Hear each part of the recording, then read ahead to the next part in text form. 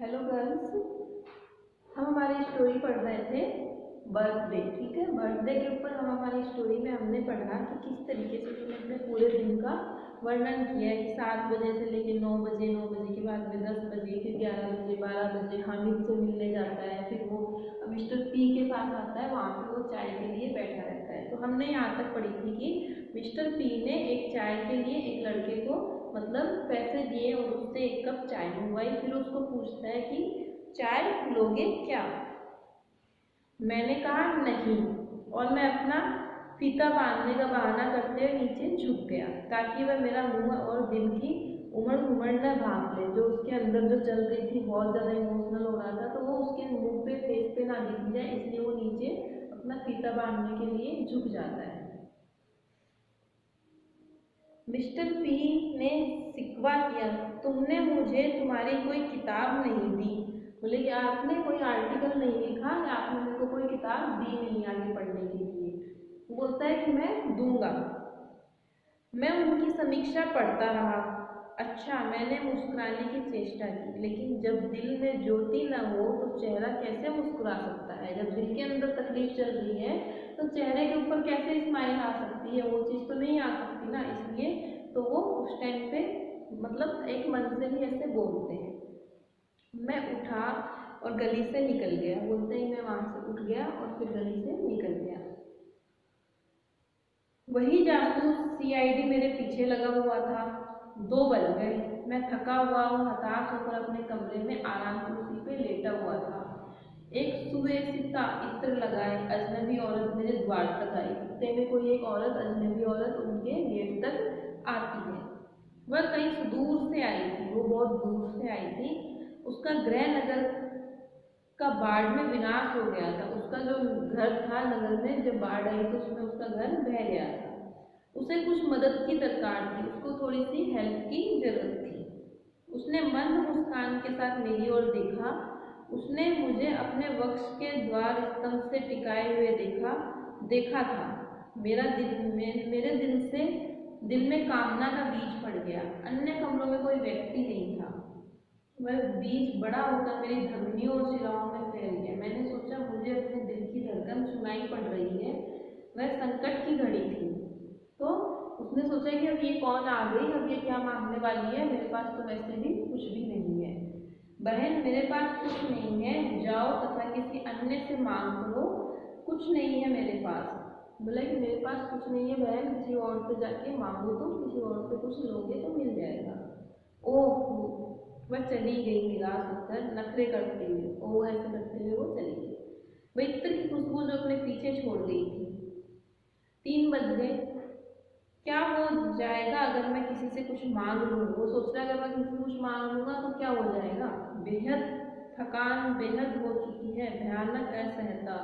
किसके पास जाकर मांगू, मेरे दिमाग में कई नाम आए, लेकिन मांगने से तो स्वाभिमान आहत होता है। उसको मांगने की आदत नहीं थी, तो फिर कैसे मांगू, किससे मांगू, क्या मांगू। लेकिन उसके पास कुछ भी नहीं है। क्या हनन कर लूँ निज का। निज मीन्स अपनी जो इज्जत होती है। बोलता है कि अपनी इज्जत को मार दूँ, मैं मतलब मांगने लग जाऊँ लोगों से जाके। मृत्यु कैसी होती होगी, सोच रहे कि मौत कैसी होती होगी। 3:30 बजे मेरी जीभ मुंह में लुप्त हो गई। अगर मैं स्वयं को किसी शीत सागर में डुबा सकूं। जब मैं इस अवस्था में लेटा हुआ था, मेरे पास कतिपय संपादकों के पत्र आए। उन्हें कहानियों की जरूरत थी। लौटते डाक से कई पत्र आए हुए थे जो कहानियां उनसे मंगवा रहे थे कि चाहिए उनको कहानी। उन पत्रों को फेंकते हुए मैं बेबस लेटा रहा। उनको वो साइड करके वो लेटा रहता है। बैंक क्लर्क कृष्णा पिल्ले का नौकर बालक माचिस लेने आया। उसका जो बैंक क्लर्क था कृष्णा पिल्लर करके कोई आदमी था, उसका नौकर था जो बालक था बच्चा, वो माचिस लेने आया। मैंने उससे एक गिलास पानी मंगवाया और पी लिया। मैंने उसको बोला कि बेटा एक गिलास पानी देना, और पानी मंगवा के पी लेता है। मालिक, आपकी तबीयत ठीक नहीं है क्या, वह बच्चा जानना चाहता था। तो मैंने बोला मैं बिल्कुल ठीक हूँ। तो क्या आपने खाना नहीं खाया। बच्चा बोलता है नहीं। ऐसा क्यों, आपने खाना क्यों नहीं खाया। वह नन्हा चेहरा, वह गहरी आंखें, वह धूल धूलित कपड़ा जिसमें वह लिपटा हुआ था, वह जानने को उत्सुक था। मैंने अपनी आंखें बंद कर ली। उसने शिष्टता से कहा, साहब। हूँ, मैंने अपनी आंखें खोल ली। उसने बोला कि हूँ मतलब बोलो, क्या बात है। मेरे पास 2 आने हैं। बोलता है कि मेरे पास 2 आने हैं। तो मैंने पूछा तो। उसने घबराहट के साथ कहा, यह अच्छी बात होगी कि जब मैं अगले महीने घर जाऊं उससे पूर्व आप यह रकम मुझे लौटा दें। बोलता है मेरे पास 2 रुपये हैं, ये आप ले सकते हो, और ये अच्छी बात होगी कि जब मैं अगले महीने घर जाऊंगा तो आप मेरे को 2 रुपये मेरे वापस कर देना। मैं बहुत अभिभूत हुआ। ले आओ, मैंने कहा कि लाओ दे दो। वह मेरी बात सुनते ही दौड़ पड़ा। तभी मेरा मित्र गंगाधर अंदर आ गया। इतने में उसका मित्र जो था गंगाधर, वो अंदर आ जाता है। उसने खद्दर की सफ़ेद धोती और सफ़ेद झब्बा पहन रखा था और एक नीला शाल कंधे पे डाल रखा था। उसके पूरे चेहरे पे गंभीरता थी। मुझे निश्चिंत होकर आराम कुर्सी में लेटा हुआ देखकर इस नेता ने मुझे कहा, तुम बहुत मध्यम वर्गीय बन गए हो।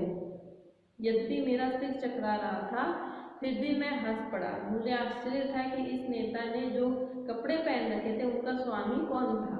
मेरे परिचित प्रत्येक राष्ट्रीय नेता को चित्र मेरे मस्तिष्क की आंखों के सामने गुजर रहा था। बोले ये जो कपड़े पहन रखे हैं, जो उसका दोस्त आया था, तो उसको वो मतलब अच्छे कपड़े पहन के आया था, तो उसको बोले यार तुम मिडिल क्लास के बन गए हो, तुम्हारे पास ढंग के कपड़े नहीं। वो उसकी तरफ देख के हंसता है कि तुम्हें भी तो किसी ने दिए हुए हैं, तुम भी तो किसी के दिए हुए कपड़े पहन रखे हो। तुम हंस क्यों रहे हो? गंगाधर ने पूछा। अरे कुछ नहीं बेटा, यह तुम्हारा देश देखकर हंसी आ गई। देश मीन्स कपड़े। मजाक छोड़ो और मेरी बात सुनो। बहुत बड़ा संकट आ गया है। लगभग 3000 श्रमिक हड़ताल पर चले गए हैं। वह 1.5 सप्ताह से भूखे मर रहे हैं। बहुत बड़ी कठिनाई हो सकती है। ऐसा कैसे हुआ कि इस विषय में अखबारों में कुछ नहीं पढ़ा? ऐसे कैसे हो सकता है कि अखबार में कुछ भी नहीं आया है? ऐसा आदेश है कि अखबार इसके बारे में कुछ ना छापे। बोलते कि ऐसा आदेश दिया हुआ है कि अखबार इसके बारे में कुछ भी नहीं छापे अखबारों में। बहुत अच्छी बात है। खैर इस विषय में आप मुझसे क्या करवाना चाहते हैं? बोलते कि इसके बारे में आप मेरे से चाहते क्या हो, ये बताओ। इसके लिए एक जनसभा होनी है। मैं अध्यक्ष हूँ। वहाँ पहुँचने के लिए नाव के किराए हेतु मुझे एक आना चाहिए। मतलब उसके पास पहले ही कुछ नहीं है और वो बोल रहा है कि मैं उसकी एक सभा कर रहा हूँ, उसका अध्यक्ष हूँ, वहाँ तक जाने के लिए मुझे 1 रुपये की जरूरत है। आज मैंने कुछ नहीं खाया, तुम भी मेरे साथ चलो। तो वो बोलता है कि बेटा वह तो सब ठीक है, लेकिन मेरे पास तो 1 पैसा भी नहीं है। कई दिन हो गए, मुझे तो 1 ग्रास भी नहीं मिला।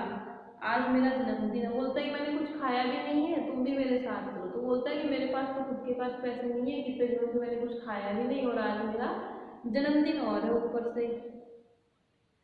अभी तक मैंने कुछ भी नहीं खाया। तो भी देखते हैं, पल भर के लिए प्रतीक्षा करो। फिर बोलता है फिर भी रुको, सोचता हूँ क्या करते हैं। इसके बाद गंगाधर ने सरकार, राष्ट्रीय मजदूरों और कामगारों के बारे में बताया। मैंने अखबारों के संपादकों, लेखकों बारे में बताया। इसी बीच में नन्हा बच्चा वापस आ गया। मैंने उससे एक आना लिया और दूसरे आने की चाय, बीड़ी और डोसा लाने के लिए कह दिया। वह एक डोसाई लाया जो छोटे पापड़ सा था।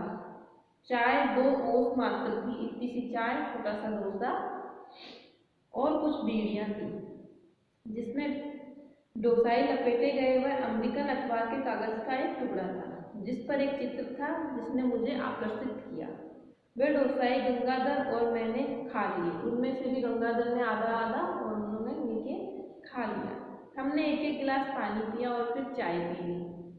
फिर मैंने एक बीड़ी सुलगाई और गंगाधर को एक आना दे दिया। 1 आने बच गए थे जो गंगाधर को दे दिया कि ये तू ले जा। जब मैं जाने लगा तो मुझसे मजाक में बोला, आज तुम्हारा जन्मदिन है ना, क्या दुनिया के लिए तुम्हारा कोई संदेश है? मतलब दुनिया में किसी को तुम कोई संदेश देना चाहते हो? मैंने कहा हाँ बेटा, क्रांति विषायक है, मुझे भी सुनाओ।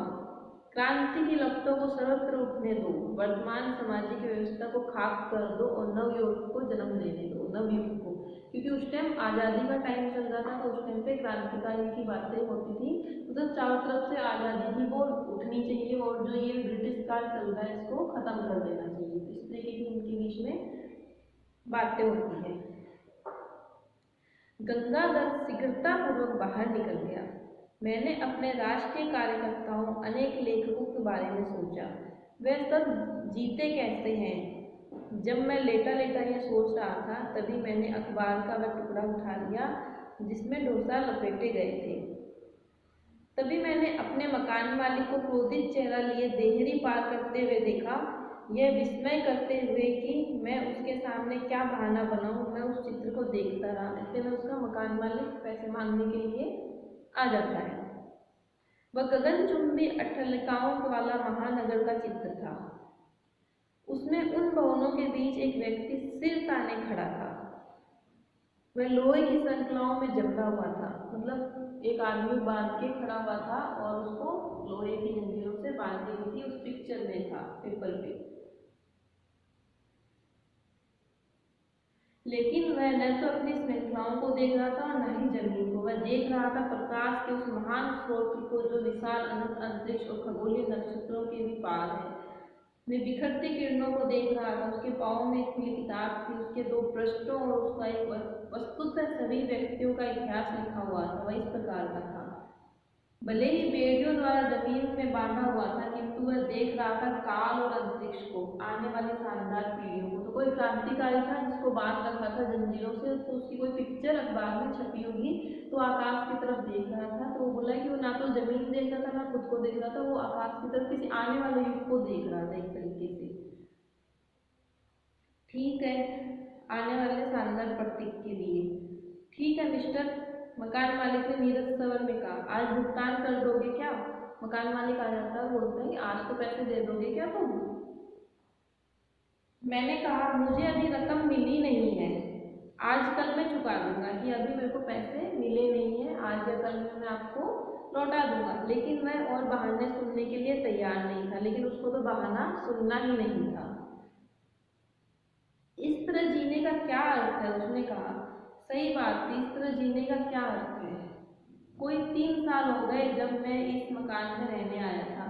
मैंने तीनों रसोइयों को सुधारा, प्रत्येक से एक अच्छा किराया मिल रहा था। तो वो बोलता है कि अब जब मैंने इस चौथे भंडार का उसको रहने लायक बना दिया है, तब वह कहता है कि मुझे इसके लिए ज़्यादा किराया देने वाले लोग मिल जाएंगे। मतलब वो जहाँ रह रहा है वो उसमें 3 साल से रह रहा था, तो आने वाले रसोइये जो तो काम कर रहे थे उनको वो सबको सही कर रहा था। और वो जब अच्छे से बन गया है तो मकान मालिक बोलता है कि मेरे को इसका अच्छा किराया मिल जाएगा। इतना ही पर्याप्त नहीं है कि मैं स्वयं ही ज़्यादा किराया देने के लिए राजी हो जाऊँ, मुझे खाली करना पड़ेगा इसे। नहीं, ये कमरा खाली करने के लिए उद्यत नहीं हूँ। मतलब बोलता है कि मैं भी इसको खाली नहीं कर सकता। फिर क्या हुआ, 4 बज गए। मैं इस वतन में थक गया हूँ। इस कस्बे से मेरे आकर्षण योग्य कुछ नहीं है। हर दिन मुझे वही सड़कें, वही दुकानें, वही चेहरे दिखाई देते हैं और वही बातें सुनाई पड़ती हैं। कितना अध गया हूँ मैं एक शब्द भी नहीं लिख सकता। 6 बजे, अब शाम के 6 बजे। एक सलोनी संध्या, डूबता हुआ सूरज समुद्र द्वारा निकले हुए रक्त गोले के रूप में लग रहा था। पश्चिमी आकाश सुनहरे बादलों से सरोवर था। महानगर तटविहीन प्रतीत होता था और समीप लहरों का उतार चढ़ाव था। इस तट पर बहुत शांतिमय था। युवा मंचले सिगरेट पीते हुए वहां चहलकदमी कर रहे थे और युवा महिलाएं सुंदर साड़ियों में सजी थी। उसकी निगाहें लोलुप थी और चेहरों पे शर्मीली मुस्कान थी। वहाँ उत्तेजक फिल्मों के दिल को चैन देने वाले गाने सुनाई दे रहे थे। सुहानी हवा में फूलों की महक थी। लेकिन मैं मूर्छित सा हो गया था, क्योंकि उसको कोई भी चीज़ें अच्छी नहीं लग रही थी। जब आपके जीवन में कुछ अच्छा नहीं हो रहा हो, जब पैसों की प्रॉब्लम हो और चीज़ें हो, तो कितना ही अच्छा माहौल हो वो बिल्कुल भी पसंद नहीं आता है। तो लेखक के साथ भी सेम इस टाइम पे ऐसी ही घटनाएं घट रही थी। अब क्या होता है, अब 7 बज जाते हैं शाम के। ठीक है, एक सिपाही मेरे पास आया और मुझे फिर अपने साथ ले गया। मुझे चकाचौंध पैदा करने वाले पेट्रोमैक्स के सामने बैठने के लिए कहा गया। जब मैं मुझे पूछा गए प्रश्नों के उत्तर दे रहा था। डिप्टी कमिश्नर आसपास घूमता रहा, मेरे चेहरे की अभिव्यक्तियों को ध्यान से देखता रहा। उसने मेरे चेहरे पर नजरें नहीं हटाई। कितना मिथ्याभिमान! मानो मैंने कोई जघन्य अपराध किया। पुलिस वाले पकड़ के ले गए शाम को और उसको एक डिप्टी कलेक्टर के आगे बिठा दिया और उससे सवाल जवाब करने लग गए। ठीक है, तो मुझे 1 घंटे तक तहकीकात की गई। मेरे मित्र कौन है, मुझे पत्र कहाँ कहाँ से मिलते हैं, क्या मैं एक गुप्त संगठन का सदस्य हूँ कि नहीं हूँ, सरकार को खाट फेंकना चाहता हूँ, मैं नया लेखन क्या कर रहा हूँ, मुझे पूरी सच्चाई बतानी होगी। मतलब उससे कई सारे के सवाल जवाब किए गए वहाँ पे। तुम्हें पता है, मुझे तुम्हें निर्वासित कर देने की शक्ति प्राप्त है। मैं जानता हूँ मैं असहाय हूँ। अगर कोई अदना सा सिपाही भी मन में कर ले तो वह मुझे गिरफ्तार कर सकता है और हवालात में डाल सकता था। उसकी कंडीशन ऐसी थी कि कोई भी पुलिस वाला उसको पकड़ के जेल में डाल सकता था। 7:30 बजे, फिर 7:30 बज गए।